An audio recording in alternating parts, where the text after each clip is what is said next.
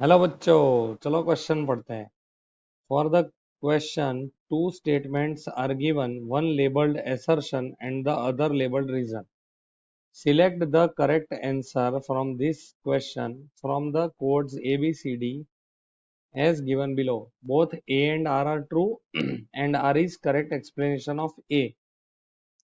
Both A and R are true but R is not correct explanation of A. A is true but R is false and A is false but R is true. अब देखो, assertion दिया क्या है? When a charge capacitor is connected to an inductor, LC oscillations are set up. हाँ, ये वैसे यहाँ पे जो की कॉन्सेप्ट है वो यूज करना है हमें, एलसी ऑसिलेशंस। यहाँ का जो की कॉन्सेप्ट होगा वो क्या होगा इसमें? It will be LC oscillations. अब एलसी ऑसिलेशंस कैसे सेटअप होते हैं वो देखते हैं।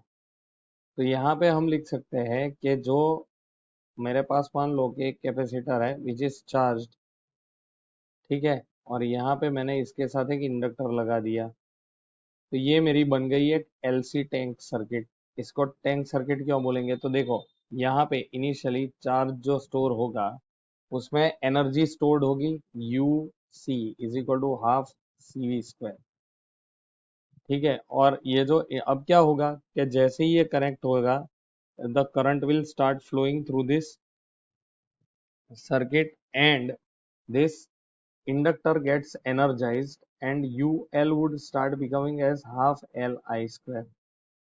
तो मतलब क्या हुआ कि यहाँ पे अभी इसकी एनर्जी इसमें ट्रांसफर हुई इंडक्टर में, capacitor energy energy is transfer to inductor energy. तो इसका मतलब क्या हुआ कि भाई energy is transferred from capacitor to inductor and from inductor to capacitor, यही होता रहेगा। तो ये इसका रीजन है कि ये स्टार्ट होगा। और तो और इसकी जो फ्रीक्वेंसी होगी वो देख लेते हैं। तो omega would be equal to 1/√LC, जिसको बोलेंगे 1 जिसके ऊपर से अपन को मिलेगा F is equal to 1/2π√LC।